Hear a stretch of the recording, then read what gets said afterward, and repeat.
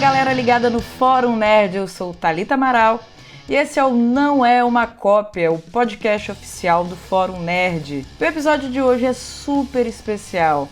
Vai ser a minha primeira vez como host e eu trouxe uma bancada com convidadas. Isso mesmo, convidadas. Só vai dar a mulherada aqui hoje, o puro suco do Girl Power. E o tema não podia ser melhor. A gente vai falar sobre os filmes e séries que a gente mais gostou em 2022 com protagonismo feminino. Sim, meu povo, a gente está no nosso lugar de fala.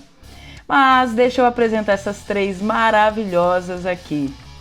Nossa primeira convidada, ela é uma especialista em Star Wars, fã de carteirinha do Tolkien, amante de The Sandman, defensora de Neil Gaiman até a última unha e fez novena pela renovação da série. Ela é uma das rainhas do Teoria Geek, diretamente do Acre pro Fórum Nerd. Lu Guedes, seja bem-vinda, Lu. Mulher, assim eu fico com vergonha.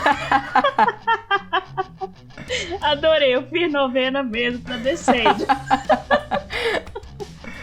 Obrigada pelo convite, fiquei muito feliz.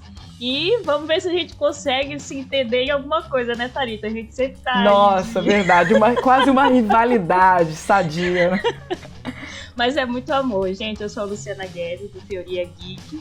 E eu tô muito feliz por estar aqui com as meninas, a Bruna, e a Duda e a Thalita. Vamos lá, vamos lá. Nossa segunda convidada é uma catarinense maravilhosa, redatora lá no Estação Nerd. Soube que ela é namoradinha do Ed de Stranger Things. Aquela que arrasa nos looks, nas makes. E eu soube também que ela foi até banida do Instagram. Chega pra esse papo, Bru, seja bem-vinda. Pois é, acho que eu andei causando no Instagram. Sim, tem um crush enorme pelo Ed. Super namoraria com ele se eu tivesse. Quem não, né? Quem não? Gente, eu sou redatora lá no Estação Nerd. Lá a gente traz muito conteúdo de cultura pop, crítica, notícia, conteúdo especial. A gente tá em todas as redes sociais, então convido vocês a conhecerem lá. E obrigada, Thali, pelo convite. Pessoal do Fórum Nerd, muito obrigada. Valeu, valeu. Para fechar o Quarteto Fantástico, uma guria que é dona do Geek que Fala, uma página muito irada, que analisa como ninguém personagens femininos e que eu recomendo assim para todo mundo. Ela é a rainha dos curta-metragens, que eu fiquei sabendo. Pra quem eu dou sempre bom dia nas enquetes lá do Instagram. Inclusive, eu vou dar uma sugestão pra ela. Por mim, você bania todo mundo que responde só dia lá. Eu soube também que ela adora os filmes de terror mais pesadões. Vem pra cá, Duda. Seja bem-vinda. Oi! Tô muito feliz de estar aqui hoje. Muito obrigada pelo convite, Thalita. Então, eu sou a Duda do Geek que Fala. É uma página focada em mulheres, que no último mês focou muito em terror, já que era outubro. Tô realmente muito feliz de estar aqui e ansiosa pra falar dos filmes desse ano de mulheres. É, e tem coisa muito boa, tem coisa bacana em 2022.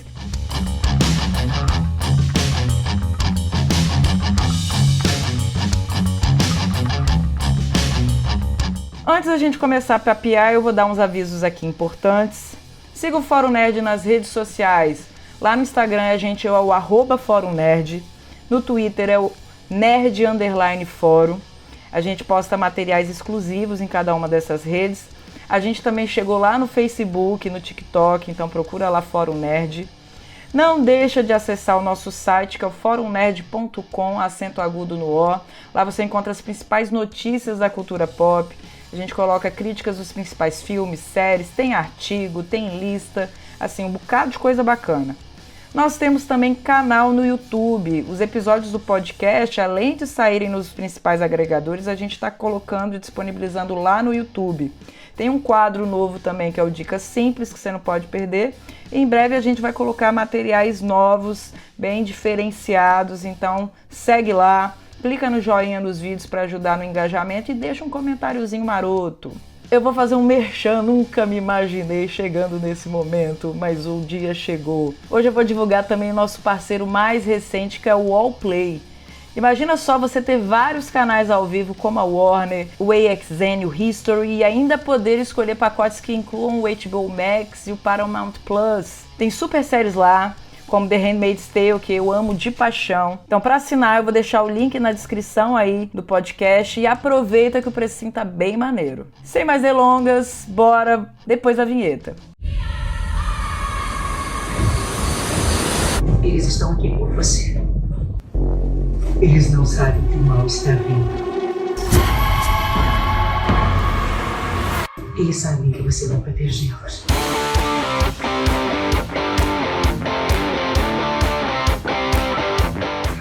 Hoje aqui no Bate-Papo vamos trazer para a roda de conversa séries e filmes de 2022 que tem protagonismo feminino e que de alguma forma assim marcou a gente. A gente vai tentar passear por vários gêneros e comentar de alguma forma, né, como que essas obras significaram pra gente. Eu vou começar a trazer para a roda, pessoal, uma animação que ela é pra lá de representativa, que é Red Crescer é uma Fera. Essa animação tem um elenco super diverso, tem a Sandra Oh, a Rosalie Chiang, a pronúncia dos nomes aqui vai ser um desafio, galera, não reparem. Tem também a menina que faz o Eu Nunca, fiquei surpresa de saber que ela estava no elenco. E na sinopse a gente vê que uma adolescente, quando ela fica muito nervosa, ela se transforma em um grande panda vermelho. Aí eu queria saber, Bru, qual que foi as suas impressões sobre essa animação? Curtiu? Engajou? O que você acha? Nossa, eu amei primeiro porque ela é ambientada ali nos anos 2000 e eu sou de 90, então eu peguei bem essa adolescência na mesma época e de gostar de boy band. Então tem todo esse fator de ambientação que eu me apaixonei. É sempre incrível como a Disney e a Pixar, eles conseguem traduzir como que a gente lida com os sentimentos, né? Então a gente vê uma menina de 13 anos aprendendo a lidar com os próprios sentimentos e como ela recebe essa cobrança da família. Então eu super me identifiquei com ela. Me apaixonei mesmo por Red. Lu, você curte a animação? Curtiu Red? Ai, eu curto.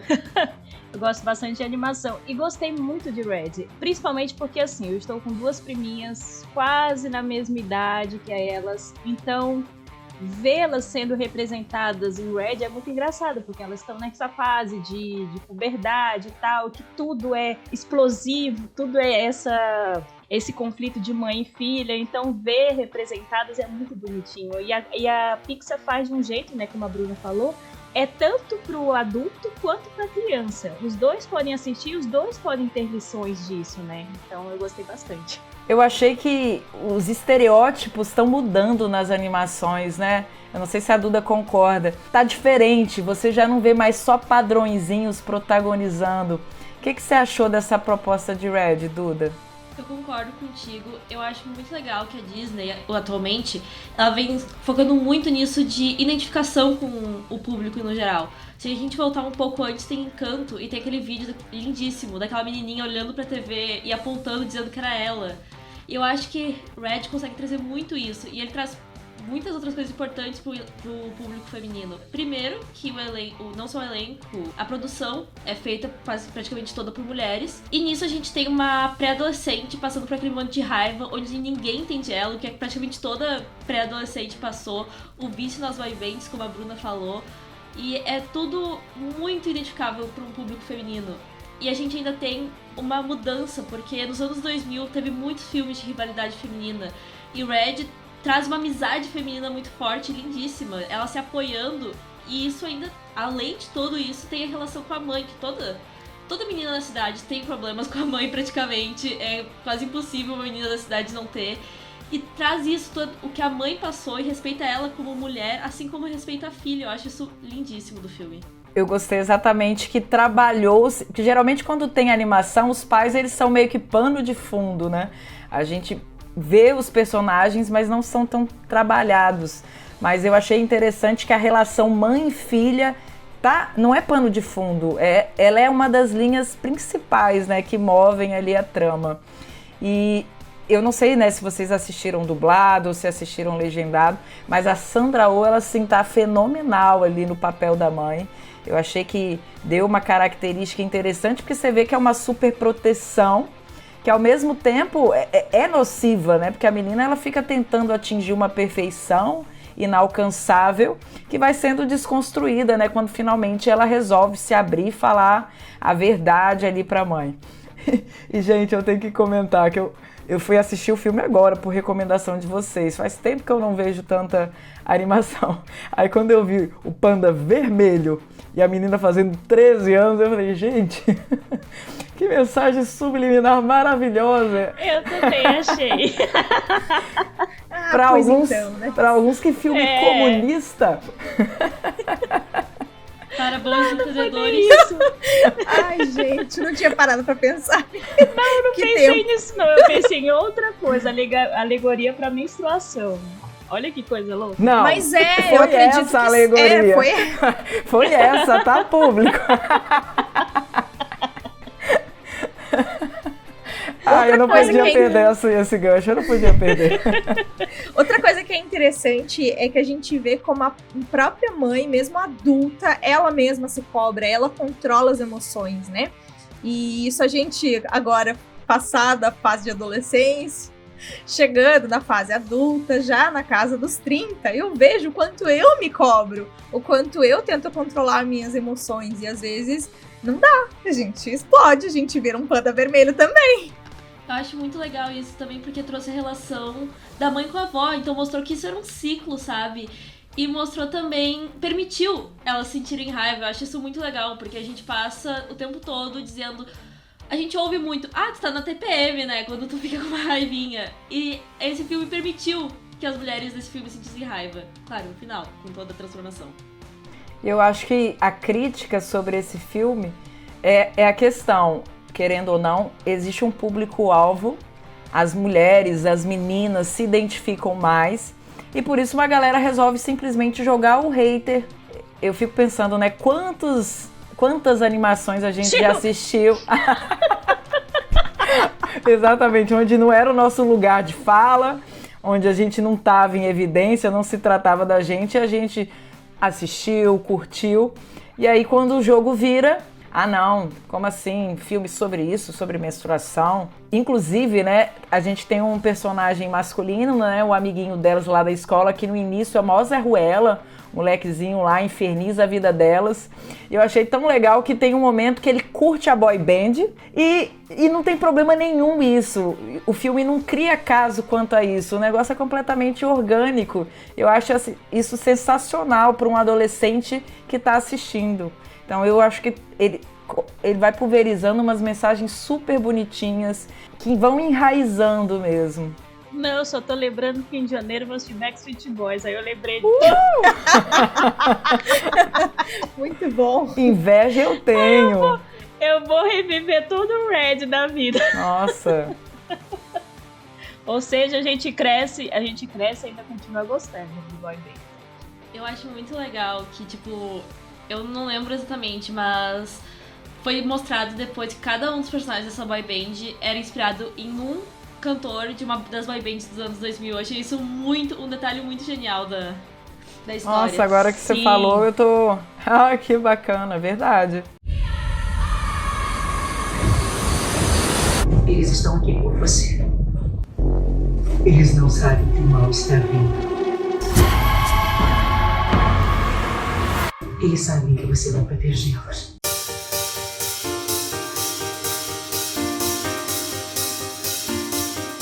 Então vamos lá. De animação, agora a gente vai viajar no tempo. Vamos lá pro século XIX. Shonda Rhimes, showrunner do famoso Grey's Anatomy, de How to Get Away with Murder, Station 19, é quem está por trás da série que a gente vai comentar agora, que eu também achei repleta de representatividade, que tem uma liberdade criativa única e também tem muito protagonismo feminino, mesmo ela sendo de época. Vou começar com a Duda. Conta pra mim, Duda, o que você achou da segunda temporada? Foi lançada mais lá no início do ano, mas a gente não pode esquecer de Bridgerton. Eu fiquei completamente apaixonada. Tudo que eu quero pra mim é um duque, é um visconde, é tudo que eu quero pra mim nesse momento. Mas fazia muito tempo que uma série não fazia eu passar a noite olhando. E eu juro que eu não conseguia parar de ver Bridgerton. Enquanto meus vizinhos passaram a semana toda gritando por futebol, eles tiveram que me aguentar gritando por Bridgerton. Tava eu com um chazinho pra combinar e assim, gritando cada cena. Cada tensão que essa série cria. E todas as mulheres dessa série são incríveis. Elas têm sua personalidade e vão se apresentando muito bem ao longo da série. Bru, primeira e segunda temporada tem focos diferentes, né? São protagonistas diferentes, porque vai acompanhando o livro, inclusive na terceira já vai ser um outro foco. Qual que você preferiu? Qual que você foi, assim, teve mais vínculo, assim? Assim, pode ser uma opinião polêmica, mas eu preferi a segunda temporada por causa da Heloise. Ai, super top, é isso aí. Nossa, eu amo de paixão a Heloise, eu acho ela sensacional. Ela é uma personagem super questionadora, que quer sair fora do padrão, porque na primeira temporada a gente tem a protagonista, a loirinha, Phoebe, né? Ai, qual que é o nome da personagem? Phoebe, atriz. Ó, já esqueci o nome, gente, me perdoa. Daphne. Isso. Ela é super padrãozinho, sabe? Então, queira ou não queira, é longe da nossa realidade. Já a Heloise não, tipo, ela é super atrapalhada. Então é muito mais fácil a gente se identificar com a Heloise. E o arco dela é muito completo, eu acho, né? Porque ela tem os seus ideais, ao mesmo tempo ela tá passando por uma situação com a melhor amiga dela, ela tá passando por toda essa cobrança da sociedade. Então, apesar dela não ser a protagonista nessa temporada, ela teve muito, muito, muito destaque. E a personagem principal ali, a Kate, que fica com o bonitinho, com o irmão, gente, essa menina, ela é muito linda. Ela chama a atenção, ela tem um carisma que é inacreditável, assim, ela tem primeiro a imponência, porque ela tá sempre com cara de braba, então ela já tem essa imponência naturalmente, e ela rouba a cena, assim, então eu achei essa temporada, talvez pelas personagens não serem tão perfeitinhas quanto a da primeira temporada, eu gostei muito mais. Pelo que eu tô vendo, Lu concorda também. Fala um pouco pra gente, Lu. Eu concordo. Eu vou falar só... Não, tô brincando. Eu gostei de Bridgerton da primeira temporada, mas ela não me amarrou tanto quanto a segunda. Eu não sei porque eu tava passando por alguns períodos conturbados na minha vida. E aí eu comecei a assistir a segunda temporada e eu gostei bastante. Eu gostei da Kate e tal. E aí, por conta disso, eu peguei os livros. Cara, em um mês eu li todos. Então eu gostei muito mais da segunda temporada do que da primeira. A primeira eu achei muito mamão com açúcar, mas eu gostei também. Só que a segunda, ela tem uma picância. Tudo bem, na primeira tinha mais cenas de sexo, na segunda não teve tanto.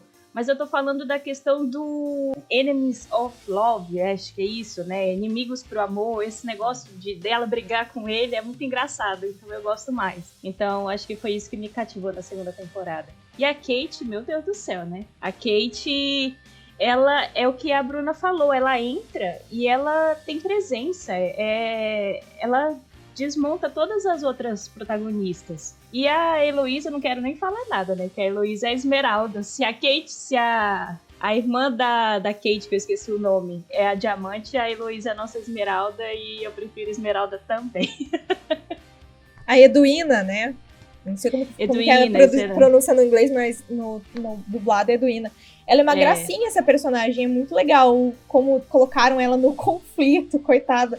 É totalmente oposto da irmã, e eles colocaram também... elas têm os seus atritos, mas o amor de família, o amor de sangue sempre é prioridade. É muito fofinho isso. O que diferiu do livro. Do livro não tem essas coisas, né? Não tem... eu não vou ficar falando tanto do livro assim, mas não tem essa rivalidade entre as irmãs, o que tem na série. Então eu fiquei com um pouquinho de rabo preso em relação a isso, porque eles sempre tem que ter uma rivalidade, né? Sempre tem que ter uma rivalidade. Aí coloca uma rivalidade entre as irmãs pra poder dar uma apimentada na série. Mas na verdade o livro nem tem isso. Ela, tipo, aceita ele. Eu já sabia há muito tempo que vocês se gostavam e acabou. Pra série precisava ter o chamarisco. Mas eu acho muito legal que, em alguns pontos, a série corrige certas problemáticas do livro. Tipo, a primeira temporada, toda a questão do filho do Duque e da Daphne. É muito problemático. Eu, pelo menos, quando eu li, eu fiquei muito chocada. E eu acho que a série tenta corrigir isso. E eu acho que nas próximas temporadas ela vai tentar seguir corrigindo. Sim, eu espero também. Embora eu acho que o primeiro livro é um pouco mais estranho, né, em relação a isso daí. Mas os outros até que é mais tranquilo. Aliás, o livro da Heloísa é o melhor que tem. Aí, ó, bom saber, gente. Eu tô ansiosa. Fazia tempo que eu não curtia um romance, assim, uma série romântica. Inclusive, foi uma das recordistas assim de audiência de longe ali, tá no top 5 aí da Netflix de audiência. E é interessante que o Anthony na primeira temporada, sabe, eu tinha zero afeição, não criei conexões. Eu também. Mas uma vez no protagonismo ali, a química dele com a Kate, pra mim, ultrapassou um pouquinho que o casal da primeira temporada teve. Eu acho que é justamente porque a gente gosta, né, dessa rivalidadezinha. Então, a construção da relação dos dois, pra mim, foi mais divertida, mais interessante. E, como sempre, né, cara, eu acho que Bridgerton exala, assim, representatividade. Eu fico pensando, assim, em tempos em que uma outra pessoa ficou questionando, porque um personagem tal de um filme tal, ele é negro e por que ele é rico? Como assim? Eu acho que Bridgerton ressignifica ali culturalmente, mesmo sendo uma parada que se passa no século passado, tem uma liberdade criativa, alterou e tá tudo bem, e tá ótimo. Eu acho que é isso, é representatividade pura, simples e autêntica. Então eu acho que Bridgerton mescla tudo aí que a gente precisa para curtir a fundo uma trama. Diz aí, Lu. Tem até um adendo, porque a terceira temporada, a protagonista vai ser uma menina gorda, né? E a gente não encontra essas coisas, tudo tem que ser padrãozinho e tal, então cada vez aí tá diversificando. E tanto que perguntaram acho que é Nicolau, o nome da menina que faz a Penélope, se ela teve que emagrecer. Ela falou não, ela falou pra eu continuar com o meu peso e pra continuar, porque meninas gordas como eu também se apaixonam, gente. Não, é perfeita, a série ela é muito assertiva nisso, que outras, né, se espelhem, sigam aí essa tendência. Tem uma citação nessa segunda temporada, se não me engano, tenho quase certeza que é na segunda temporada, que a rainha fala que se não fosse o amor do rei por ela, muitas portas não se abririam ali. E isso significa, né, que queira ou não queira, que foi o amor que abriu espaço para que pessoas de outras cores fizessem parte da nobreza também, né? Então, eu achei muito simbólico isso. Simbólico, perfeito. Eu acho que a série acerta muito nisso. Se for ver o livro, tipo, o Duque da primeira temporada é descrito como loiro dos olhos azuis, e a série vem cada temporada tentando mudar. As irmãs Kate e Edwina também não. Elas não eram de origem indianas, e nesse caso botaram ela de origem indianas. Eu acho que a série acerta muito nisso, em corrigir, ou novamente corrigindo coisas do livro, e fazendo o público se identificar. Eles estão aqui por você. Eles não sabem que o mal está vindo. Eles sabem que você vai protegê-los.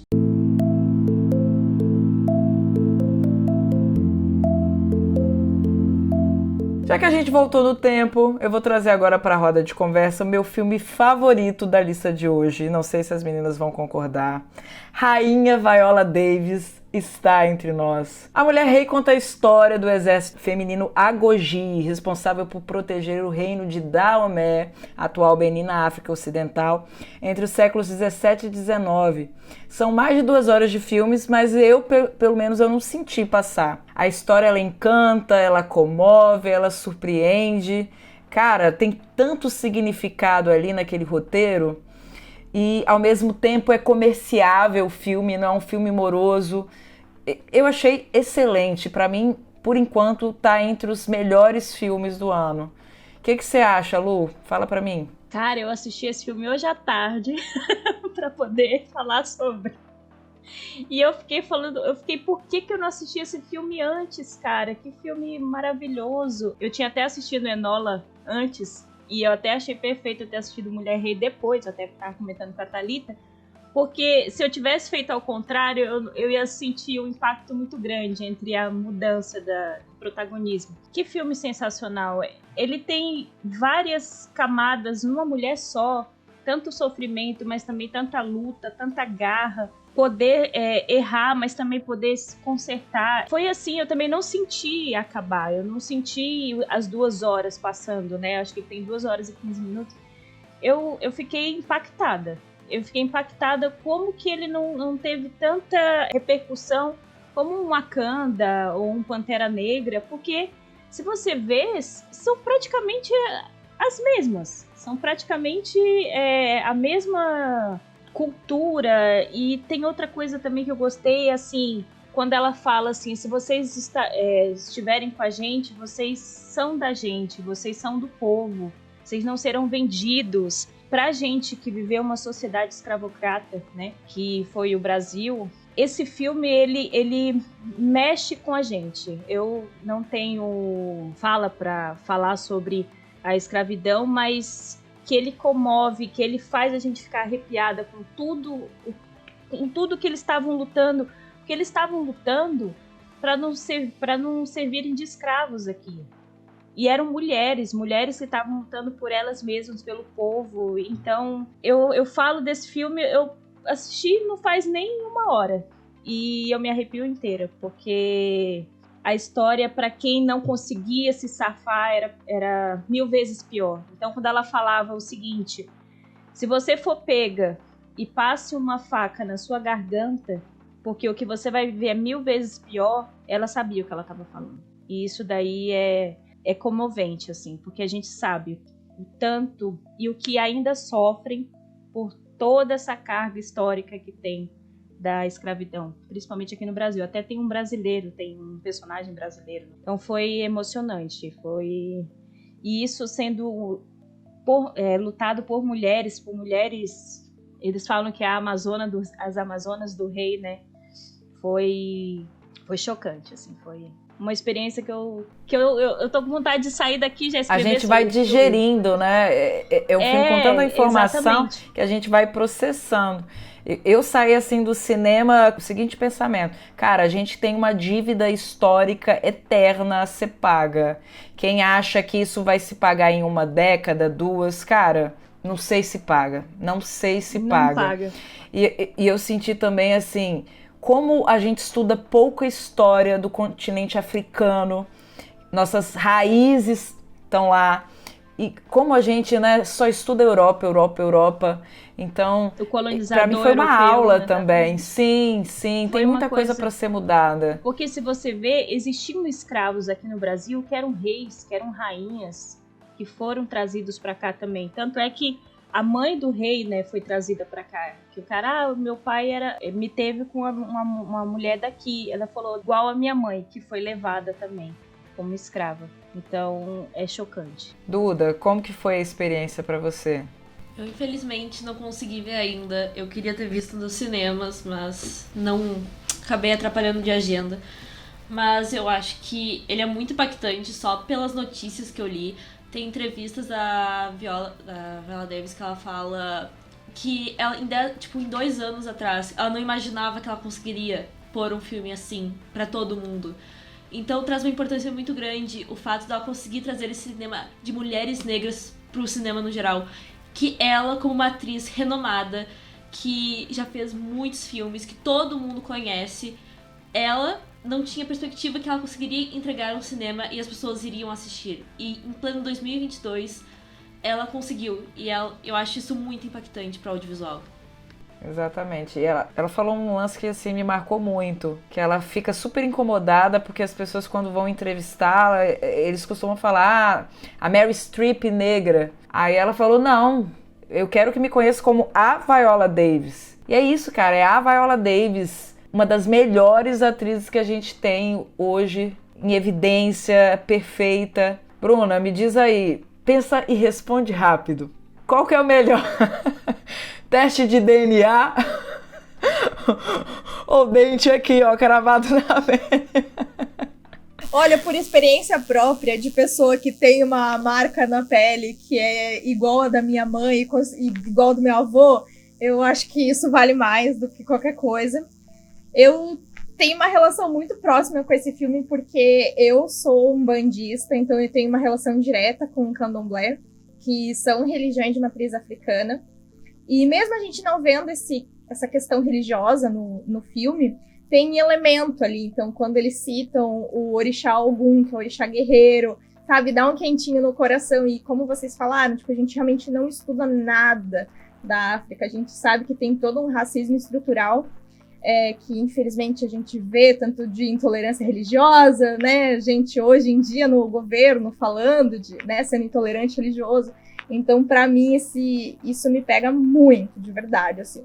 Mas, assim, vamos agora, como a Duda falou, a questão do filme ser para todos, né? Realmente, cara, galera aí, nerdola, que gosta de filme de brucutu, vai se divertir pra caramba, porque assim, as bichas são grandes, elas são monstros, essas mulheres guerreiras, e elas com aqueles olhos no corpo pros caras escorregarem, pra não conseguirem segurarem elas. Cara, que cenas de luta lindas! É uma fotografia muito bonita, são cores lindas. Então, assim, tem todo esse background, a questão da escravidão, tem toda a parte né, da relação de amizade entre elas.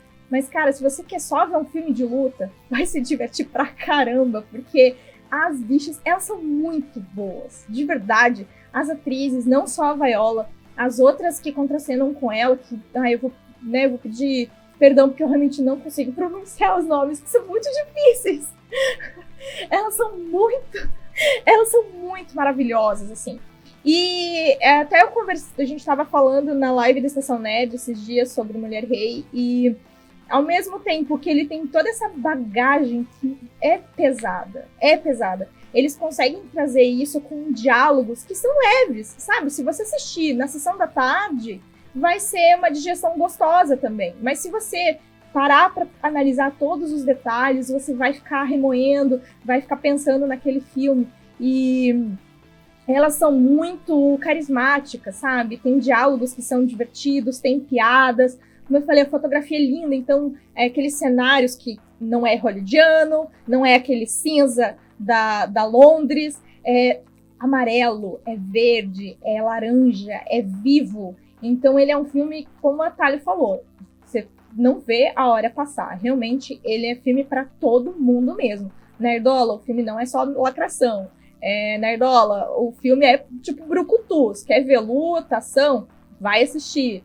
Mulherada que não sabe se gosta de filme de ação, vai assistir porque vai se divertir também, porque tem relação ali de irmã, relação familiar. Então, assim, é filme para toda a família de verdade. Cara, perfeito. Eu acho que a Bru exaltou a estética do filme realmente arrasa. E aí eu tiro o chapéu também para a versatilidade da Viola e do restante do elenco, porque teve um preparo físico para interpretar essas personagens que refletiu diretamente nas sequências de luta, gente. Você vê que as sequências de luta, elas não são picotadas, você vê que deixaram fluir, e isso, o resultado pra gente que assiste, faz toda a diferença. Diz aí, Lu. Complementando o que a Bruna falou, cara, esse filme, ele tá no mesmo patamar ou até acima de Gladiador, Cruzadas, e olha lá, esses filmes aí de Ridley Scott, que contam partes históricas, tá perfeito, olha, tá no mesmo patamar ou é melhor. Torcer aí por algumas indicações, né? Eu acho que merece. Daqui a pouco, né, começa aí a temporada dos rumores, quem que vai ser indicado, quem não vai ser. Acho que algumas indicações mereceria receber sim. Vamos ficar na torcida. Eles estão aqui por você. Eles não sabem que o mal está vindo. Eles sabem que você vai protegê-los.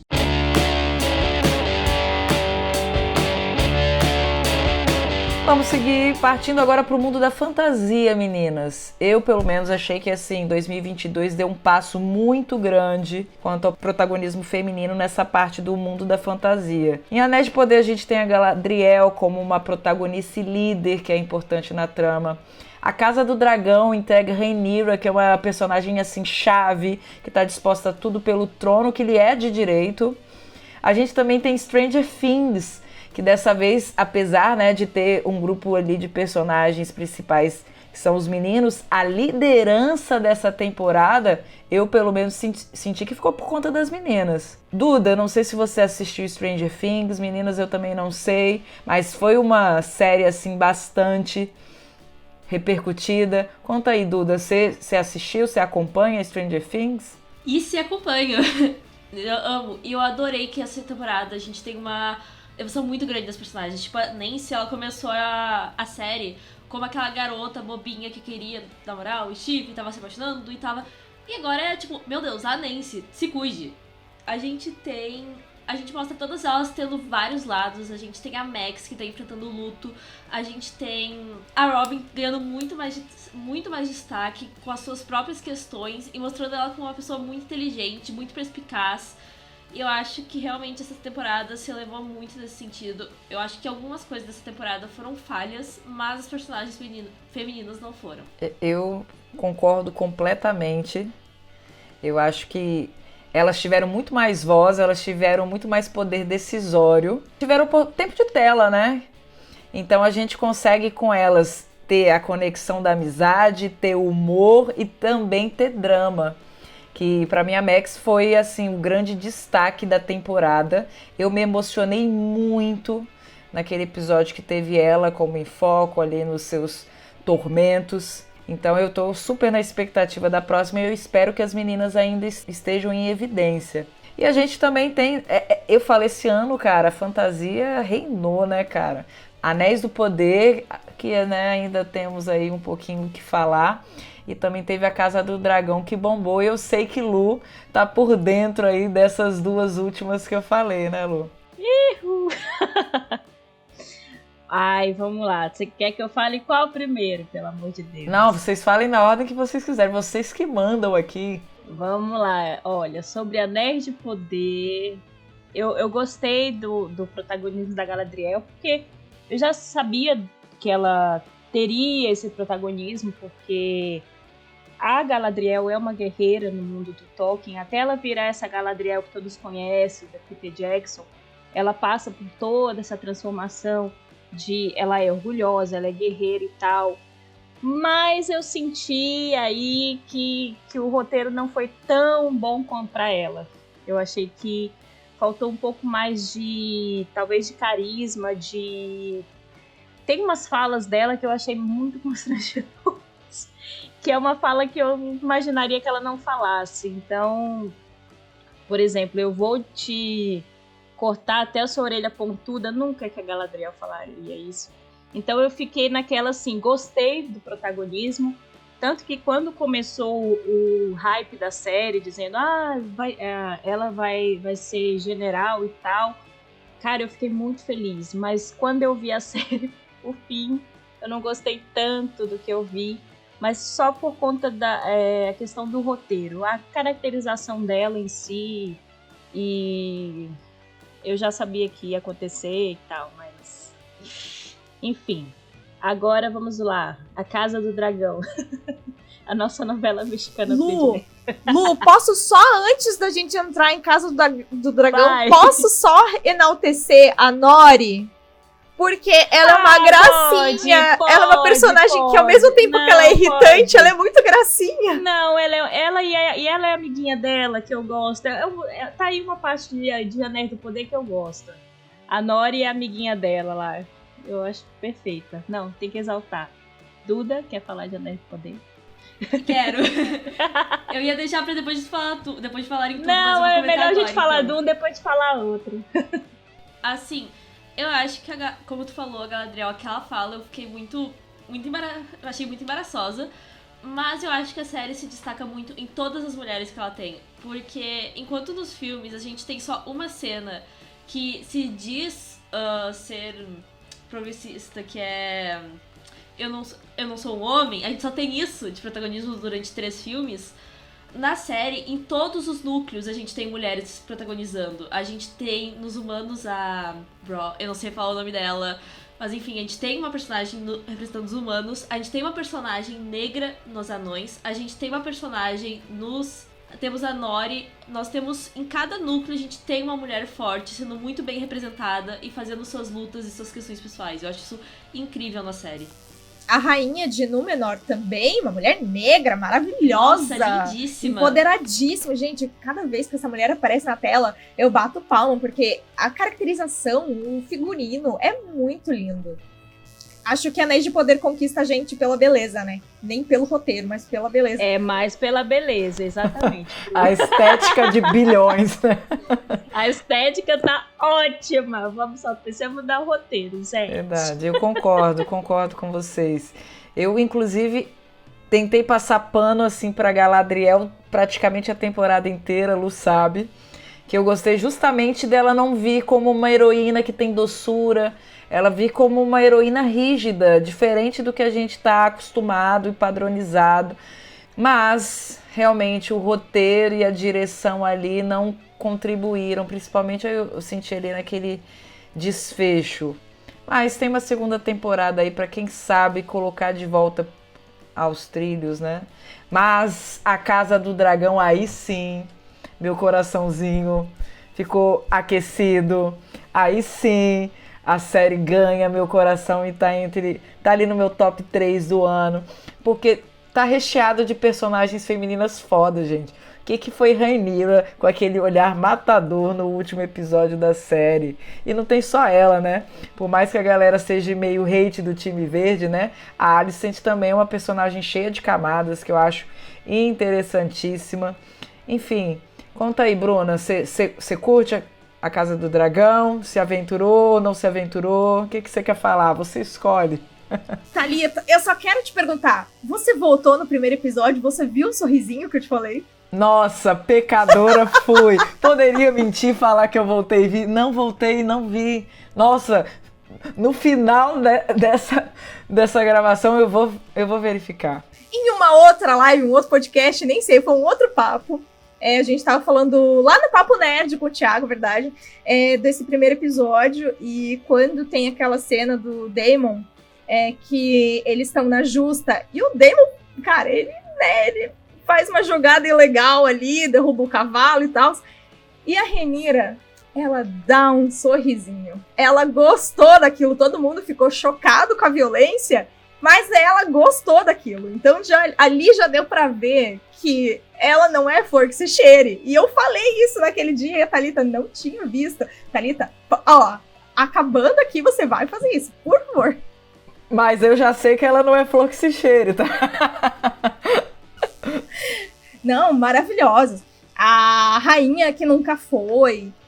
De verdade, assim, personagens grandiosas, né? E isso a gente, graças a Deus, a gente tem desde a primeira série, da série original, Game of Thrones, personagens femininas muito fortes, né? Como a Catelyn Stark, a Cersei, que apesar das suas contradições, né? Apesar da gente ter ali a questão dúbia, né? Porque no universo do George R. R. Martin, nenhum personagem é 100% bom, 100% ruim. Eles são muito...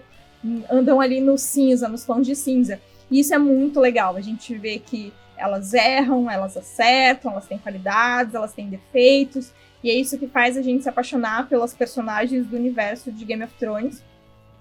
Eu quero parabenizar as atrizes mirins ali, tanto da Rhaenyra quanto da Alicent, que são muito boas.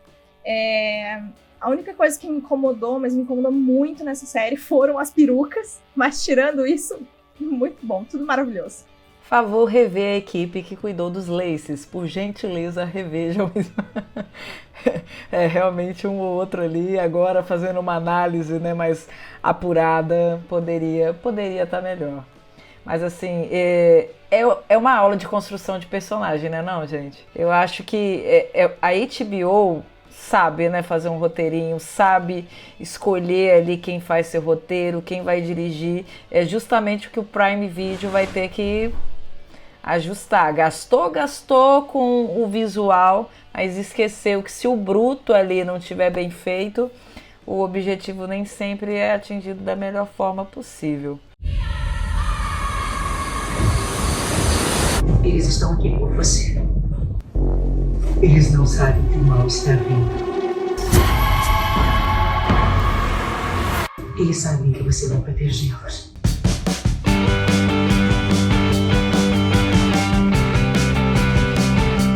E aí a gente tá falando de fantasia, a gente ainda mantém na fantasia, mas aí vamos entrar mais especificamente no universo de heróis.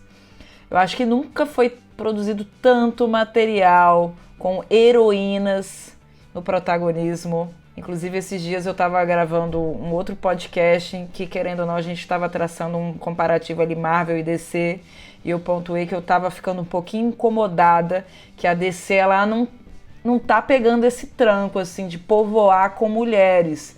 Saiu um vazamento aí de uma possível lista da Liga da Justiça e que, cara, um monte de heróis e assim, dá para contar na mão, em uma das mãos, quantas heroínas mulheres que vão ter ali.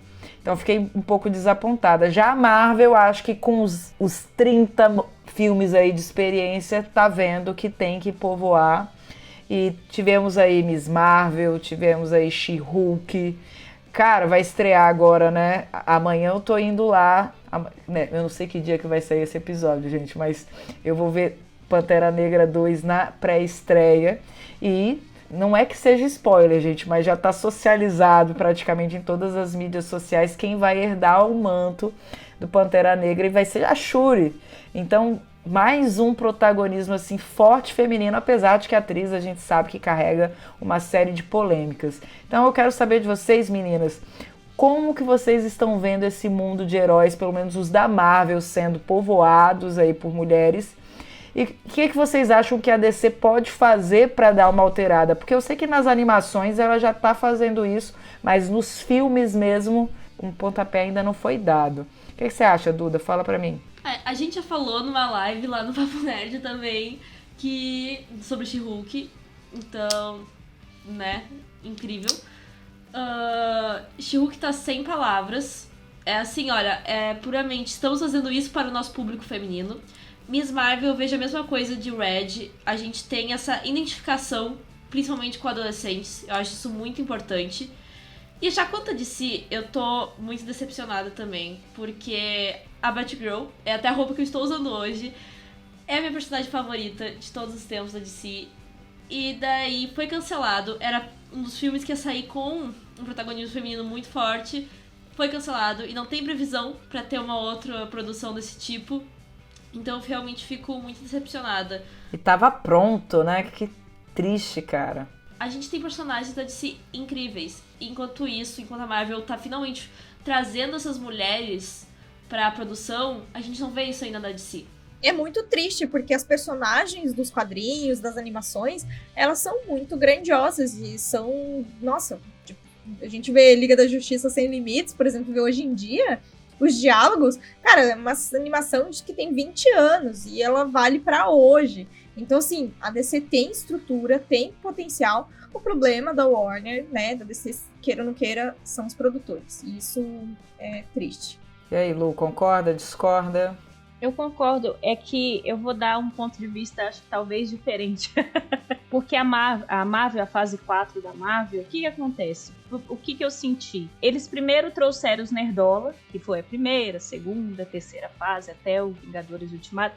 Então eles já trouxeram esse público que eles chamam de Nerdola, né? Trouxe um público maior, que a representatividade não é tão viável, né, para eles. E aí agora essa fase, eles estão agora tentando pegar as minorias. Então com Miss Marvel, com She-Hulk e tal. E eu sinto que a DC, ela ainda não conseguiu pegar o seu público dos filmes, né? Então, como ela não conseguiu pegar o seu público, ela ainda fica tentando e fazendo merda. Que é cancelando Batgirl, transformar a Arlequina numa hora num símbolo sexual, outra hora é uma heroína. Então... eu acho que ela ainda não se achou, então ela não sabe o que fazer com os personagens femininos, porque o que ela quer primeiro? Ela quer, erroneamente, os nerdola. Só que, por exemplo, Mulher Maravilha fez mais sucesso do que Superman ou Batman vs Superman. Então, ela não pondera isso, coisa que eu acho que a Marvel tá sofrendo esse hate, né? Porque tá trazendo essa minoria. Mas a Marvel já tá ok, não, já trouxe o público. Eles vão assistir qualquer coisa que a gente fizer. A gente vai, tanto é que o pessoal tá falando, o Wakanda Forever vai acabar a fase 4, graças a Deus e tal. Cara, o que você acha que vai ser a fase 5? Vai ser a mesma coisa. Só que a DC não. A DC ainda não conseguiu puxar esse público cativo que o pessoal chama de Marvetes, né? E eu acho que é por isso que eles ainda não se acharam e não conseguiram concretizar mais com personagens femininos. Tanto é, por exemplo, eu gosto daquela maga, que eu esqueci o nome, é Zatanna? É Zatanna? Que é também Zatanna. mais um Eu adoro projeto que eu Zatanna. acho que foi engavetado, né? Pois é, e aí eu falo, cara, aí o que eles fazem? Ah, vamos trazer o Henry Cavill de novo, que o pessoal gostou. Mas se eles fizerem merda de novo, desculpa o palavreado, mas se eles fizerem, vai dar na mesma. Era isso que eu ia falar, Lu. Porque a DC tá com problema até com o personagem masculino, queira ou não queira. Porque nada é bem construído. Eu sou suspeito de falar, porque eu gosto dos filmes, assim, eles me prendem Sim, também. eu gosto de Homem de Aço. Superman é o meu personagem predileto, mas eles não estão conseguindo. O que eles conseguem? Um ou outro ali, Joker, aí, vamos trazer a Lady Gaga pra ser a Arlequina. Ok. Mas olha como que eles insistem. Tipo, é a Arlequina, porque ela deu certo, então a gente fica nela. Mulher Maravilha deu certo, então fica nela. A questão é isso, eles não oportunizam o novo.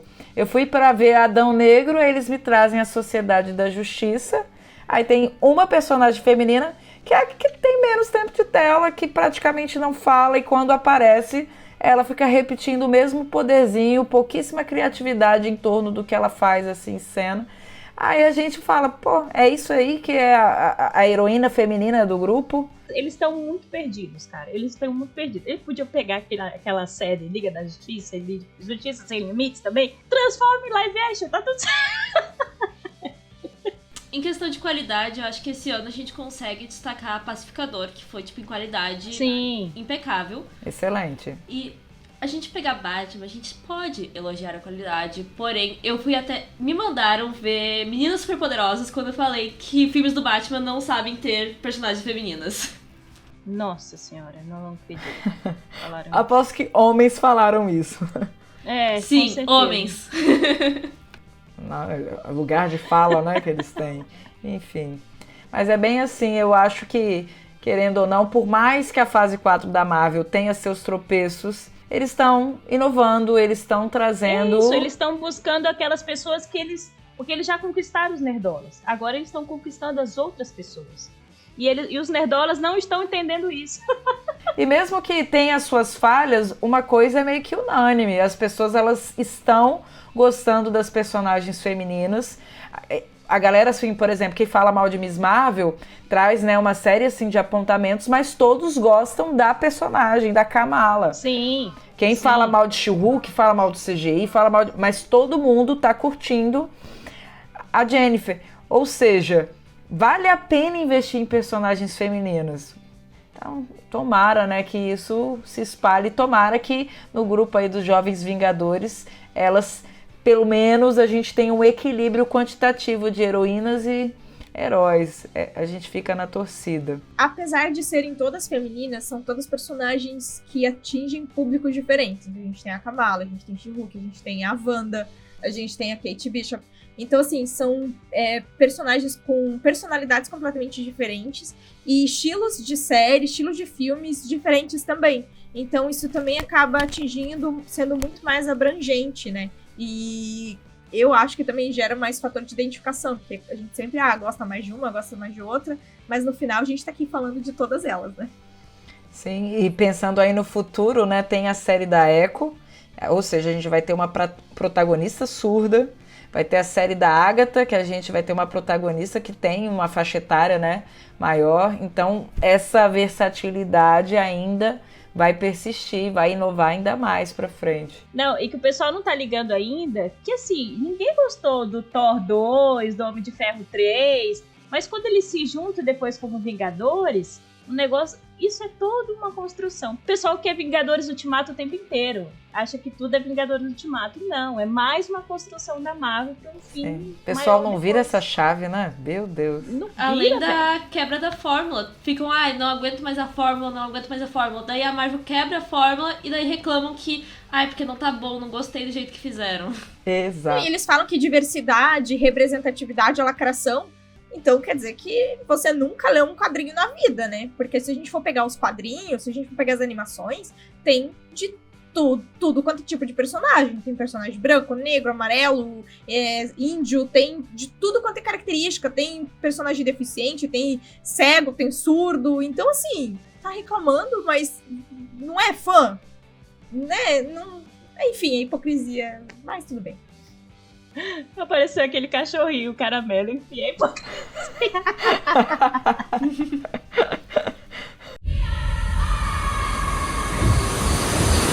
Eles estão aqui por você.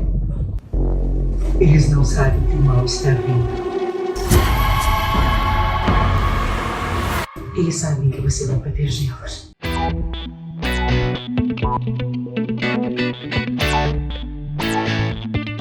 Agora a gente vai tirar um pouquinho do tempo para exaltar séries nacionais. Cara, como as séries, os filmes nacionais, eles estão elevando assim a qualidade para um patamar super alto. Como que a questão do streaming está popularizando também. Eu lembro de uma época que eu não tinha tanto acesso a esse conteúdo nacional e agora a gente tem aí uma leva de streamings bacanas que estão trazendo material diferente e eu trago aí para a roda Bom Dia Verônica, que para mim foi uma das referências, inclusive a série atingiu o top global da Netflix, extremamente interessante, personagens fortíssimos. A Tainá Miller para mim tá nessa segunda temporada da série aí que foi liberada em 2022. Eu acho que ela se encontrou no papel até mais do que na primeira temporada, que eu já tinha gostado, mas eu senti que ela ficou meio que ofuscada pela Morgado. Na segunda ela encontrou o tom e eu acho que assim, abrilhantou. Eu acho uma série que traz para debate temas sensíveis no nosso país, importantíssimos. Então queria saber de vocês, o que vocês acharam aí de Bom Dia Verônica, o que vocês esperam de temporadas seguintes. Eu achei essa temporada fortíssima, em sentidos tanto de imagens expositivas. A primeira já foi, me embrulhou o estômago, a segunda também. E eu também achei muito fortíssima em temas, porque ela traz personagens femininas muito fortes, traz personagens femininas muito complexas e traz toda essa estrutura machista em qual a Verônica tenta combater. Eu, nas próximas temporadas, espero ver ela indo cada vez descobrindo mais sobre isso e revelando essa situação. E já falando de streamings, eu quero dar já como estudante de cinema, quero dar uma puxadinha no Brasil, que eu acho que a questão maior é justamente essa visibilidade, porque o Brasil sempre produziu coisas muito boas e agora a gente tá tendo essa visibilidade nessas produções. E já dá mais uma puxadinha que, com um possível fechamento da Telecine, que, por favor, eu espero que não ocorra, espero que ache um jeito de barrar isso, mas o streaming é a forma mais viável para o pessoal audiovisual trabalhar atualmente, se isso acontecer, se não for pelo governo, e não tem ainda uma regulamentação certa, porque é muito novo. Então o pessoal eu espero muito que cada vez o streaming traga mais obras brasileiras feitas por mulheres e que tenha essa regulamentalização para que isso possa ser... As pessoas que trabalhem no audiovisual recebam a valorização por esses streamings. Perfeito, concordo. Inclusive eu estava lendo uma matéria nesses dias, assim, estava comparando o fenômeno que está sendo a Coreia no audiovisual. Aí eu tava vendo que tem uma questão de cotas, né, de salas de cinema, que lá é altíssimo, assim, eles têm que literalmente receber muito mais filmes nacionais do que, né, internacionais. E aqui já é o contrário. Eu lembro que quando o Lázaro foi lançar aquele... Como que chama, gente? A medida provisória? Isso. Ele literalmente quase estava implorando assim nas redes sociais, galera, vai na primeira semana pra gente conseguir manter pelo menos as salas que a gente... Aí eu falei, gente, como que é complicado para o produto nacional se destacar no Brasil. É interessante isso e triste, né? Tomara que o cenário para o ano que vem seja um pouco mais positivo. O que você acha, Bruna? A Netflix, ela até tem esse esquema de contrato com o Brasil. Se não me engano, cerca de 20% das produções que vêm para cá, né, que tem no catálogo, tem que ser nacionais, títulos brasileiros. Aí a gente tem algumas pérolas ali, por exemplo... lembrando agora, tem o filme da Giovanna Lancelotti, que fez muito sucesso, aquele dos tomates lá, que eu não vou lembrar o nome, mas que é muito divertido. Tem vários filmes da Maísa. Acho que é Podre de Rico, é bem divertidinho. Eu gostei então desse, eu gostei. A gente vê esse padrãozinho, filmes teen, comedinha romântica ali. Só que a gente tem algumas outras produções nacionais que acabam entrando, por exemplo, tem o Necrópolis, que é uma série do Rio Grande do Sul, da galera lá do Rafael Pimenta. É uma série de comédia muito, muito boa, que eu super recomendo aqui. Só que, sim, a gente falta.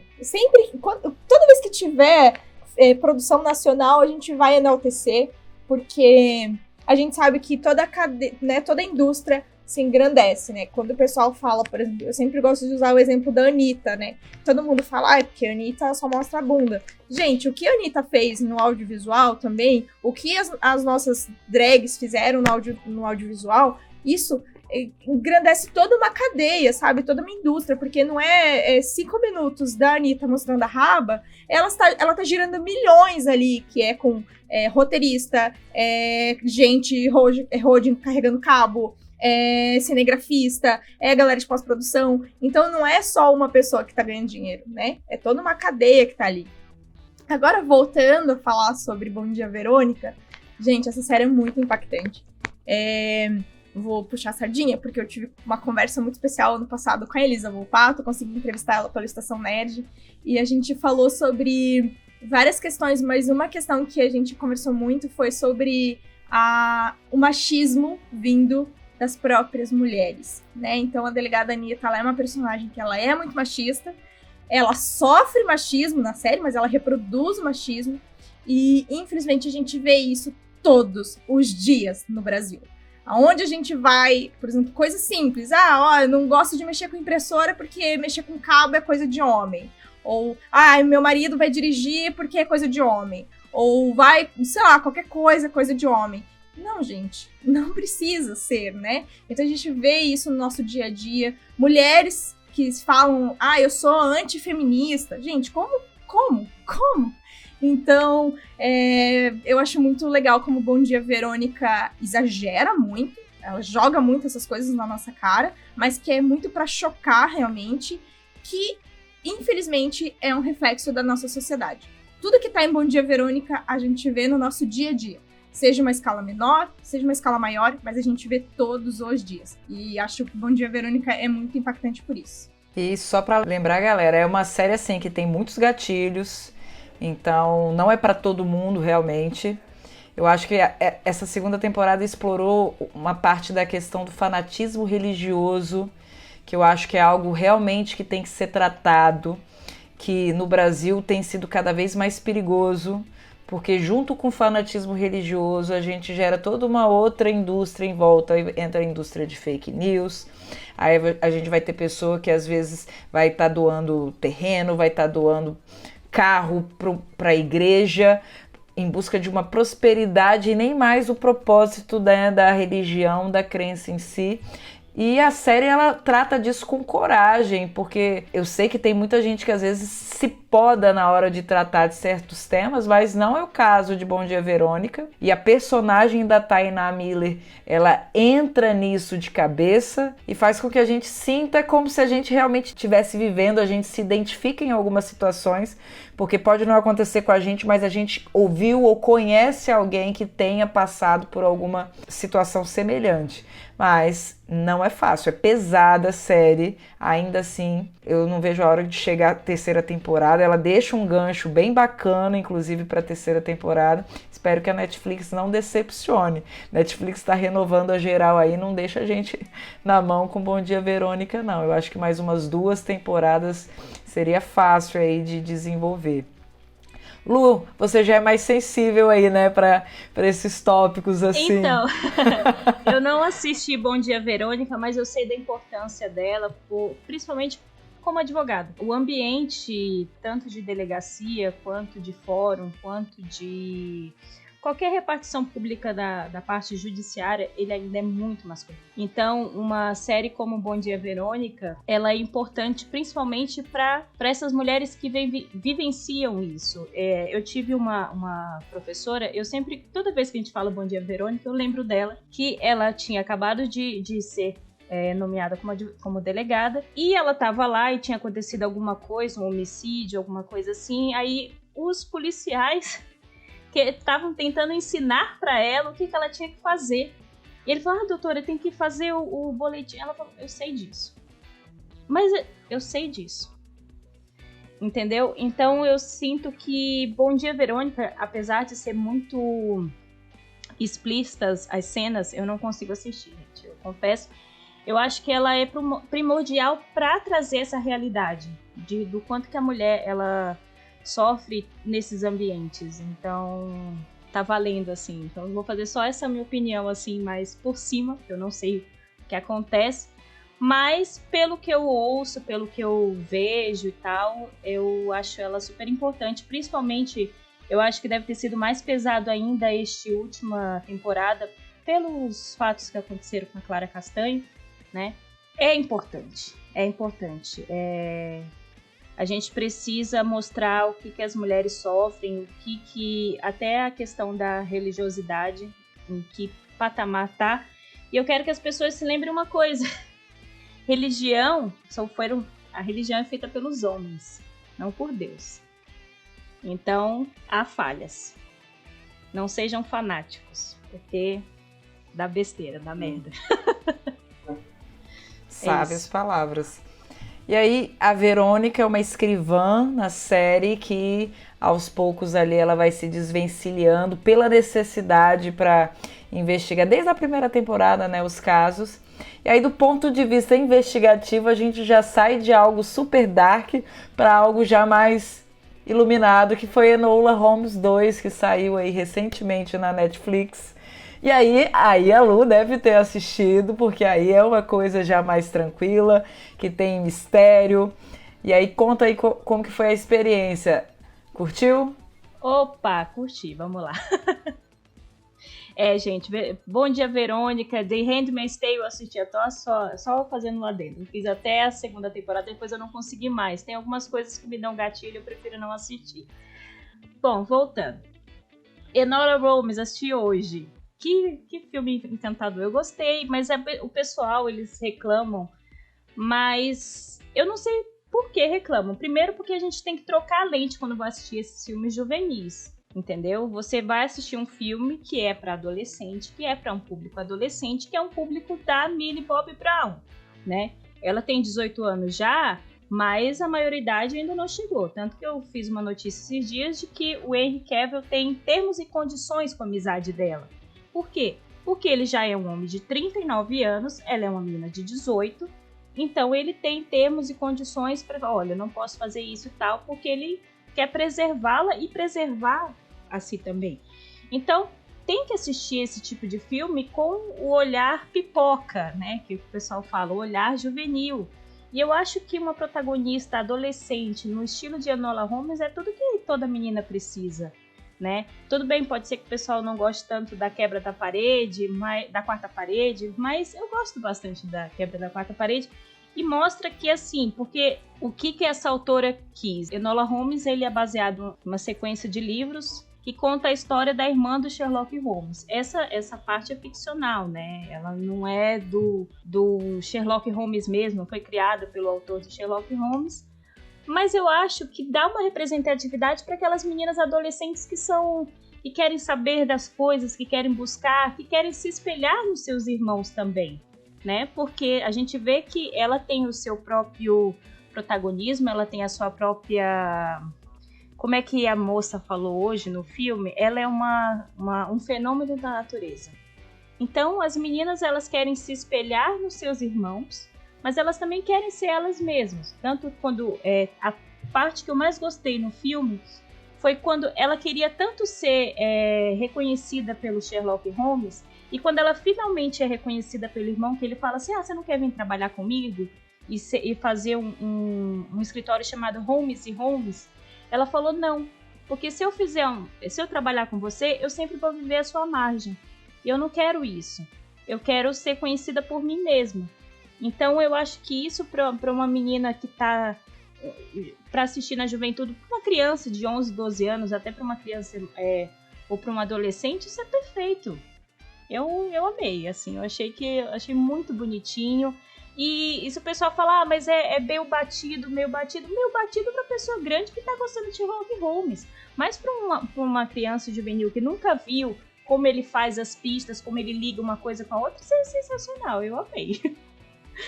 Não gostei. Ela é meio batida porque ela é uma personagem feminina. Porque se fosse um menino Exato. ali, aí a jornada do herói, aí tá tudo certo, né? Bota o Robert Downey Jr. de novo no Sherlock Holmes 3 pra ver se o pessoal não gosta. Faz um filme do Henry Cavill com Sherlock Holmes, eles vão achar perfeito. Porque eu tava vendo uma coisa em Sherlock Holmes 1 e 2, daquele filme que eu esqueci, do ex-marido da Madonna, que eu esqueci o nome dele. Tá vendo? A Madonna que ficou protagonista, ele não. Esses dois filmes, eles ligam as pistas da mesma forma que a Enola Holmes cria. Então, na verdade, ela tá trazendo o multiverso do Sherlock Holmes pra história dela. E aí o pessoal, tá passando, era coisa batida. Batida nada. Pra quem assiste, pra quem gosta de um protagonismo feminino, de uma menina que quer ter o seu lugar no mundo, eu achei lindo. E outra coisa, mudando de alhos para bugalhos, eu sou advogada do trabalho. Eu tô falando de novo advogada porque eu tenho que mostrar algumas coisas. E a gente trabalha para explicar a questão da greve ou da Revolução Industrial. Luz, spoilers, senão... Cuida com os spoilers. Não, pode soltar. Manda bala. Ouvintes, tomem cuidado agora. A questão de Revolução Industrial, de greve, de todo esse movimento que surgiu porque as pessoas não aguentavam mais morrerem nas fábricas. E isso é explicado de uma forma que a criança consiga entender e ela consiga, poxa, peraí, é assim, assado. Isso é legal. Se eu fosse uma professora de história, eu botava uma criança pra assistir isso. Sinceramente. Pra explicar, gente, isso aqui é a Revolução Industrial, isso aqui foi por conta disso aqui que os direitos X, X, Y tinham surgido. Eu amei. Assim, pra educativa, da sua maneira, fantasiosa, claro, mas para explicar alguma parte da história para criança, eu achei que serviu muito. Claro que não foi melhor que Mulher Rei, né? Mas tem o seu potencial para a lente que é levada, né? Para crianças e adolescentes. Duda e Bru, contratariam a Enola para resolver alguma treta de vocês? Acho que sim. Eu ia comentar que eu fui uma pré-adolescente que gostava muito dessas coisas de mistério. Eu cresci lendo aquele Jovem Sherlock Holmes, sabe? Aquele livro. E eu acho que se eu, de 12 anos, tivesse visto esse filme, ia tocar de um jeito muito mais em mim do que Sherlock tocou. A gente tem, por exemplo, Arsène Lupin, a gente tem o próprio Sherlock, a gente tem esses personagens masculinos fortes que todo mundo exala por sua inteligência. E não estão falando disso de Enola Holmes. E eu não vi comentários sobre isso, que eu fiquei muito preocupada de ver na internet, sobre um personagem específico desse universo que foi trocado. É uma mulher, eu não vou falar qual é pra não dar spoilers, mas eu fiquei muito feliz de não ter visto comentários sobre isso na internet. Eu espero não ver sobre. Mas eu tenho um ponto negativo dessa história, porque eu acho que no geral ela é muito forte, porém ela foi dirigida e escrita por homens. Pelo menos assim, no Letterboxd estava mostrando que tem uma roteirista, mas nos primeiros créditos não apareceu. Então eu me questiono sobre a produção, sabe? Como mulheres também na própria produção não deveriam estar envolvidas nisso. Porque eu senti que esse momento final onde elas fizeram essa revolução, né? Como a Luciana falou, não tem como não dar spoilers nesse sentido, mas eu senti que foi muito fraco. Foi tipo... começou... Eu esperava que tivesse uma fala ali no meio, alguma coisa que fizesse agir daquela forma, sabe? E eu não sei se isso não foi por justamente estar sendo escrito por homens e não por mulheres. Isso é um problema quando a gente não vê representatividade também na produção. A gente teve um caso, assim, agora, esse ano, que foi Blonde. A gente até falou de não entrar muito nessa questão, porque a produção, queira ou não queira, foi muito machista, então não dá nem pra gente falar a respeito, porque senão a gente vai polemizar muito. Eu gosto muito, muito, muito desse contexto histórico de Enola, do segundo filme de Enola. Eu gosto do fato dela ter essa quebra da quarta parede, porque eu, como adolescente, era super energética. Até hoje eu sou muito elétrica, assim, de estar fazendo várias coisas ao mesmo tempo. E eu, como adolescente, eu realmente não parava. E eu conversava comigo mesma, a minha cabeça tá sempre girando, girando, girando. Então, eu vejo essa quebra da quarta parede, ela tá conversando com a gente dessa forma, assim, como a gente entendendo que ela é uma adolescente e a cabeça dela tá ali correndo. Eu analiso desse jeito. Eu não acho que eu já vi comentários, crítica do primeiro falando, tipo, não precisava. Eu acredito que é justificável por causa disso, né? Eu fiquei emocionada com o final de Enola 2, de verdade, assim, com os créditos, porque me pegou muito, assim, eu acho muito triste toda essa fase da nossa história de que até 160 anos atrás as mulheres no Brasil não podiam nem votar. Queira ou não queira, a gente não tinha acesso à educação, a gente não podia estudar por conta própria. Por exemplo, a minha avó, ela não pôde fazer a faculdade que ela sonhava fazer, porque o pai dela não quis que ela fizesse, escolheu um outro curso para ela. Então, a gente vê isso na nossa história, infelizmente, e Enola, apesar de ser toda coloridinha, divertida, com várias piadinhas e tal, traz isso. Então, mesmo eu, como mulher de 30 e poucos anos, eu fiquei presa na história, em todo momento, assim, não foi um filme que eu fiquei pensando, pegando no celular, não, eu consegui me prender mesmo, assim.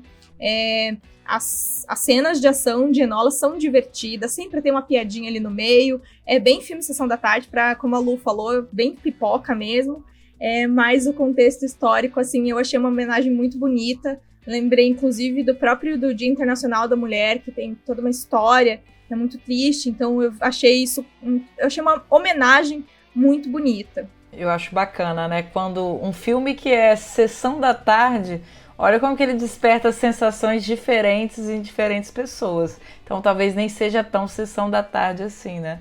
Às vezes ele tem ali por debaixo muito mais mensagens do que a gente imagina. Que bacana. Eles estão aqui por você. Eles não sabem que o mal está vindo. Eles sabem que você vai protegê-los.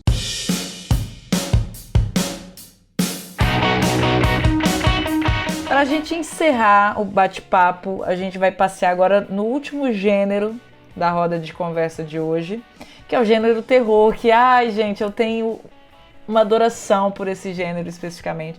Terror e suspense, assim, estão ali no topo de cadeia do meu coração. E esse ano trouxe, assim, umas novidades muito bacanas.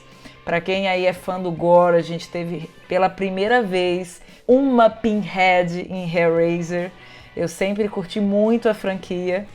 Então, quando eu descobri que finalmente, né, a Pinhead, né, seria uma figura feminina, que originalmente a obra traz uma figura feminina, então eu achei muito bacana. Eu não me recordo o nome da atriz, mas é inclusive uma atriz que faz Sense8, que também é uma série que eu amo de paixão. Eu assisti o filme e Hellraiser, gente, quem tiver oportunidade, vejam, porque tá muito maneiro, conseguiu recuperar, conseguiu resgatar a franquia que tinha sido desmantelada após o originalzão de muitos anos atrás. Só lembrando que ela é uma atriz trans, que é a Jamie Clayton, né? Então tem toda essa representatividade mesmo, e ela tá arrasadora. Não, ela arrasa na personagem, ficou fantástico.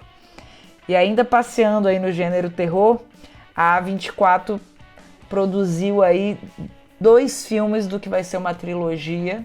Um deles se chama X, o outro se chama Pearl. Ambos protagonizados pela Mia Goth. Putz, que atriz fenomenal. Os 2 são grandes filmes. X, então, eu achei perfeito. Em breve vai ter aí o terceiro, que vai ser Maxine, ou seja, protagonismo feminino ali latente. E, mais recentemente, teve Noites Brutais, que está sendo extremamente elogiado pela crítica. Se você olhar lá nos principais agregadores de notas, de reviews, tá com uma nota elevadíssima. e traz isso, uma personagem feminina, apesar de que antes aqui do podcast, numa conversa aqui informal, né, nos preparativos, a Duda ela trouxe um ponto de vista até bastante interessante desse protagonismo, que ao mesmo tempo traz umas reflexões interessantes. Fala um pouquinho pra gente, Duda. Assim, eu acho que eu vou ter que discordar da crítica. Num sentido de terror, ele conseguiu me prender muito bem no primeiro momento, assim. Foi tipo... É justamente aquele negócio de pegar onde dói, pegou onde dói. Imagina tu chegar numa casa, já tem um cara lá, ele diz que tu pode dormir lá. É assim, pega onde dói. E eu pensei, tá, esse filme vai ser bom. Porém, no final, eu acho que o desfecho dele não me agradou. Eu acho que... Eu vou ter que dar spoilers, então se você não viu esse filme, dá uma puladinha. Porque pra tu gostar desse filme... Pode falar. Eu não assisti, mas eu não vou assistir mesmo, não. Eu acho que a Lu não vê. Gente, eu sou cagona, gente. Tá. Eu assisti X porque tinha que assistir. O fator surpresa, eu acho que ele é muito importante pra dar o gosto no filme. Mas assim, a gente tem essa personagem principal, feminina, que chega à nossa casa, já tem um cara, mas no meio dessa história se perde e começa a foca em um cara que estuprou uma mulher, que é o dono dessa casa, e daí ele chega nessa casa, encontra tudo, descobre tudo, e disso a gente descobre a terceira história, são 3 histórias nesse filme, que um cara sequestrava mulheres e procriava com as filhas que ele tinha com essas mulheres sequestradas, e ele não é ele é o verdadeiro vilão da história, porém ele não é o terror da história, enquanto o verdadeiro terror da história seria uma filha dele, de não sei quantas gerações, e o terror da história é o corpo envelhecido dela. Tipo, a gente tem um corpo feminino gigante, que não é interpretado por uma mulher, onde o terror é isso. O terror é os seios caídos, é esse corpo desconfigurado, o cabelo bagunçado e nojento. Então, o terror desse filme é um corpo feminino. Isso me incomodou muito. E ela não é verdadeiramente uma vilã. Ela é uma vítima. Ela é uma vítima desse homem que, ok, isso vai ser um grande spoiler, teve a oportunidade de se suicidar, ele pôde ter esse fim dele, ele escolheu o fim dele, enquanto essa vilã feminina não pôde porque ela era uma vítima e ela morreu nas mãos da protagonista, onde ela só procurava um bebê, ela queria alguém pra cuidar. Obviamente essa mulher não poderia viver como o bebê dela, mas ela foi quem deu o fim dessa outra vítima, sendo uma vítima também disso. Então isso me incomodou muito nesse filme. Eu entendo esse ponto de vista, mas eu acho que ele justamente quer incomodar sobre essas questões. Eu acho que aquela parte lá daquela torre meio que de água que ele sobe, porque no momento você pensa que aquele cara, né, que é o estuprador, ele quer uma jornada de redenção, que ele em determinado momento ele fala, poxa, eu não sou assim. E ao mesmo tempo, na primeira oportunidade que ele tem, ele joga a mulher lá de cima. Então eu acho que naquela hora o filme escancara. Olha quem é o vilão de verdade. O vilão de verdade são esses caras. Inclusive no primeiro plot do filme, a gente é inerente. A gente acha que aquele cara que ela chega lá no Airbnb, a gente fala, aquele cara vai sacanear ela. O primeiro vai entrar na casa do cara do It, velho. Então eu acho que a construção do filme é em cima das percepções de como uma mulher se sente no mundo real. O tempo todo a gente se sente ameaçada por homens e no final eles são uma ameaça sim. Você pode até perder as pistas. É o dever de guarda inerente da mulher. Você pode até perder as pistas, por exemplo, lá no primeiro plot eu falei, nossa, eu me enganei, nossa, eu já julguei o cara. Mas depois você vê que no final tem sempre um homem fazendo a merda, fazendo a cagada assim na história. Então, assim, pra mim soou mais como uma reflexão sobre esses papéis em si. Mas eu acho que também faz todo sentido, né? Querendo ou não. Eu não tinha tido essa reflexão sobre o destino, né, do personagem masculino e da feminina. Mas ainda assim tem uma mulher foda à frente do filme, que tá numa atuação brilhante. Eu gostei da montagem do filme, narrativamente ficou bem distribuído. Vocês não têm noção, meninas, como que a tensão do filme é do início ao fim, você não pisca. Então, assim, Barbarian, né, que chegou no Brasil como Noites Brutais, eu deixo aí a recomendação, acho que é um dos grandes terrores. apesar, né, de haver controvérsias no debate, isso que enriquece, eu acho que é um dos grandes terrores. E por mais mulheres nos terrores, sem morrer no final. Eu não ia assistir esse filme até a Duda falar. Agora, Duda, eu quero assistir esse filme só pra reparar nessas coisas, porque eu tenho o meu pé atrás no Soco a Gona também. Eu não... Até gosto muito de terror, mas tem uns, assim, quando eles são muito brutais e violentos, eu não sei.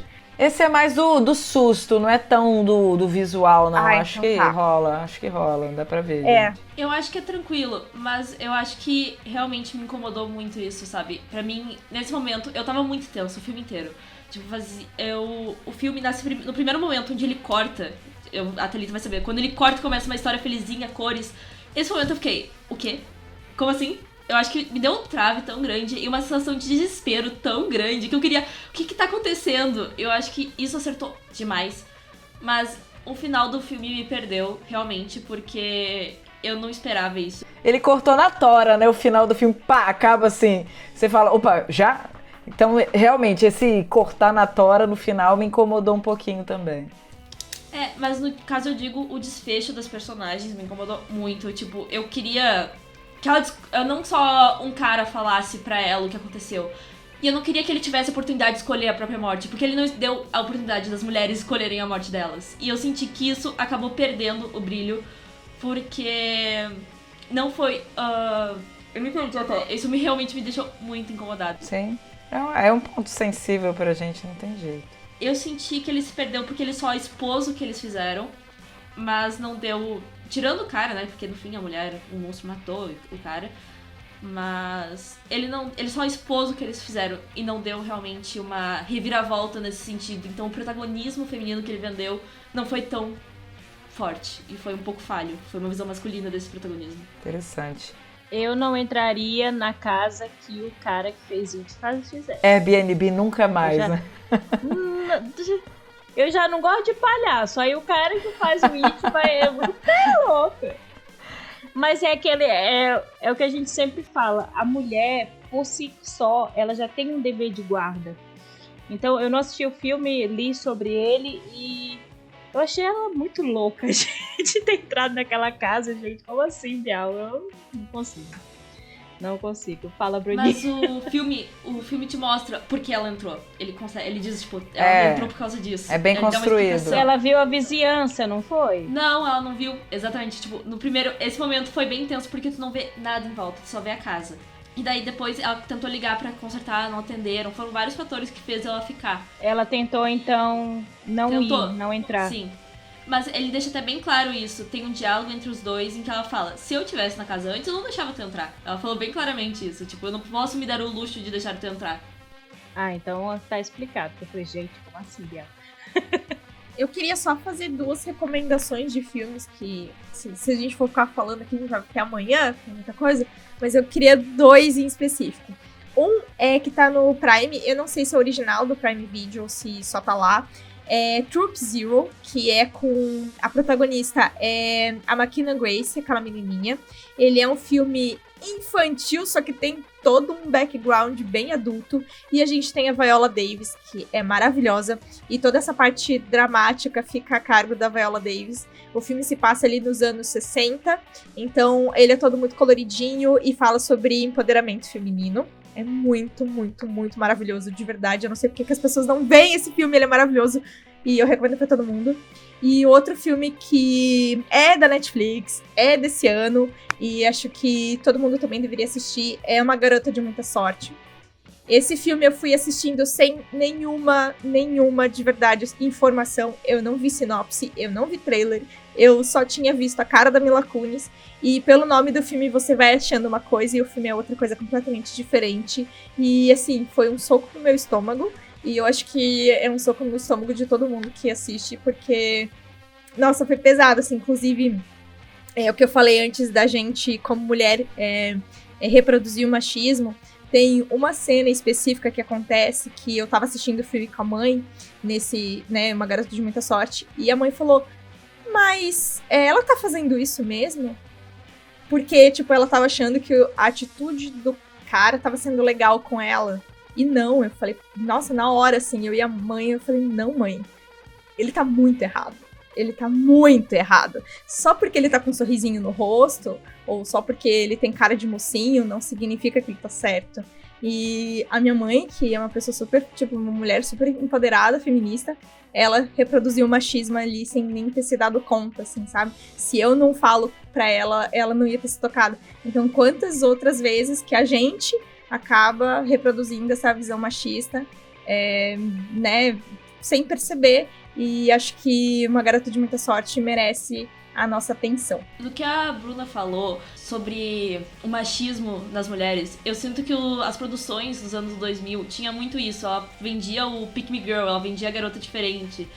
E eu vejo que na pré-adolescência era muito tipo... Eu passei muito isso, eu não queria passar a minha feminilidade, eu queria ser diferente das outras garotas, eu não queria ser uma mulherzinha, porque isso era vendido como fraco, era vendido como errado. E o Red Crescer uma Fera, que a gente comentou no início, traz isso de uma forma muito diferente. Traz bem essa época que vendeu isso, dos anos 2000, e traz essa reversão, traz isso... Tipo, você pode ser uma mulher, você pode gostar de boy bands, e você pode ser você mesmo e ter suas amigas sem rivalidade feminina. E quanto a uma recomendação, eu quero comentar mais sobre a mudança que teve em Escola do Bem e do Mal. Eu nunca li os livros, mas eu vi um TikTok em que a pessoa tava falando muito mal da atriz escolhida pra interpretar uma das personagens principais, a que foi pra Escola do Bem. Esqueci o nome dela agora. E ela foi interpretada por uma garota negra. E dizem que nos livros, pelo menos segundo o que foi posto nesse TikTok, esse TikTok exaltou dizendo que preferia 1000 vezes a do livro, a menina branca. E eu acho que é muito importante isso, que é um filme desse ano que saiu, A Escola do Bem e do Mal, e que traz esse protagonismo e essa reversão e essa identificação que a gente falou tanto nesse podcast. As pessoas continuam batendo nessa tecla, né? A gente viu após o lançamento do teaser do live action que vai ter da Pequena Sereia, todo aquele hate completamente gratuito, como se isso fosse um fator que importasse no desenrolar ali de uma trama. Cara, chega a desgastar quando eu vejo uns comentários assim. E triste que aí tem uma galera que ainda engaja, né? Uma reflexão. Se você gosta de votar e você gosta de vestir a roupa que você quer, sinto muito, você não é antifeminista. Pelo menos um pouquinho você tem. Outra coisa... Eu tenho uma, mas eu vou falar de Star Wars. Ah, não. Se na minha estreia você não falasse de Star Wars, não ia ter graça. Por favor, fale de Star Wars. Não, o pessoal fala muito do Luke, da Leia e tal. Saiu uma antologia esses dias, Histórias do Jedi. Ele tem 6 episódios, né? Que conta a história do Dukan e da Ahsoka. E pra mim, a personagem Ahsoka é uma das minhas personagens prediletas de Star Wars, que é... Nossa, se você gosta de representatividade feminina e tudo que tem de bom e melhor, assista Histórias de Jedi. Vocês vão amar. Pronto, tive que falar de Star Wars. Não, agora eu posso terminar com o coração mais leve.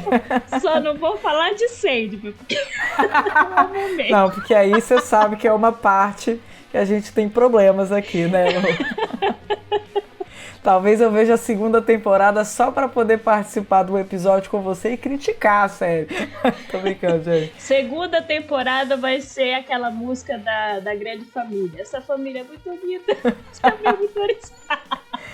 Será? Veremos.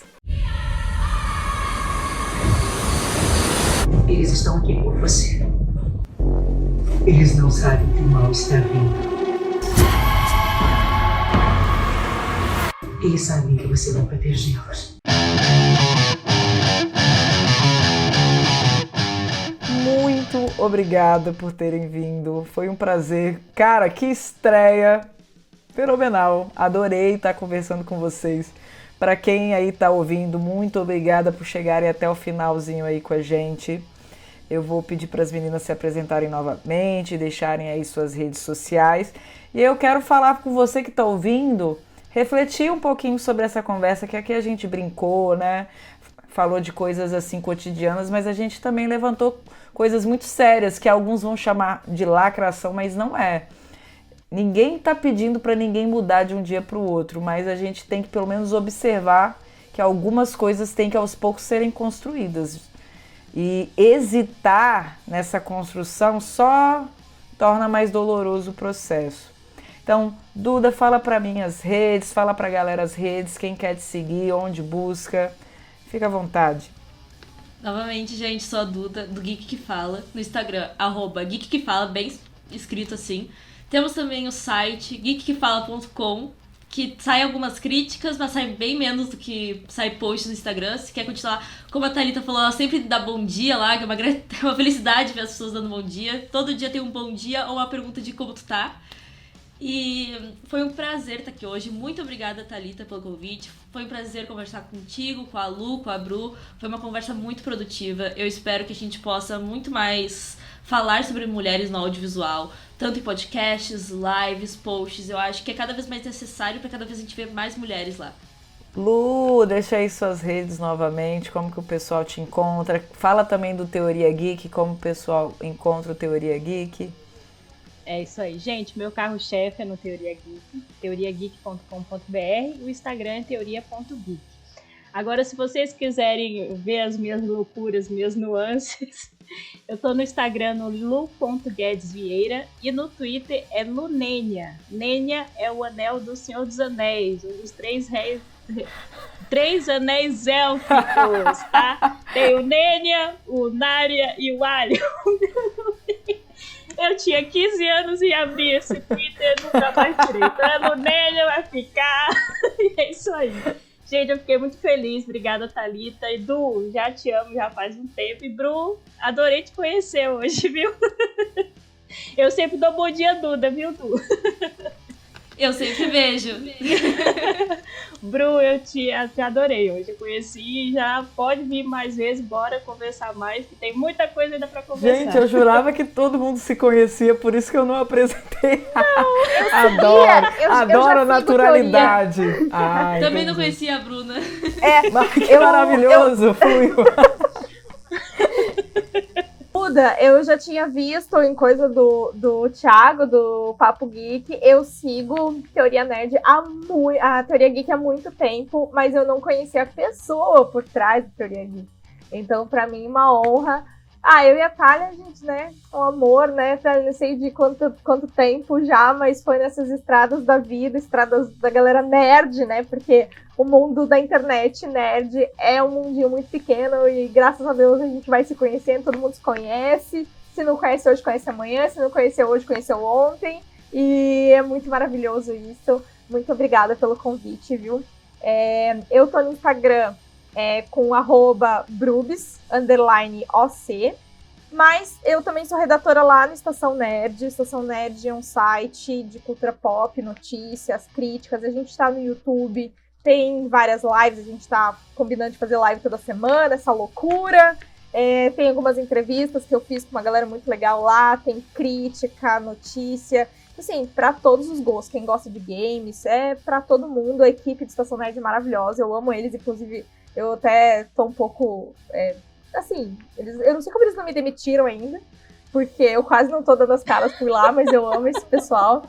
E, Thali, muito obrigada, pessoal do Fórum Nerd, foi maravilhoso, eu amei estar aqui hoje. Obrigada, meninas. Para quem nos ouviu até agora, então, um bom dia, uma boa tarde, boa noite, independente do horário que você ouviu a gente. E precisando, nos procure nas redes sociais. Beijão, tchau, tchau.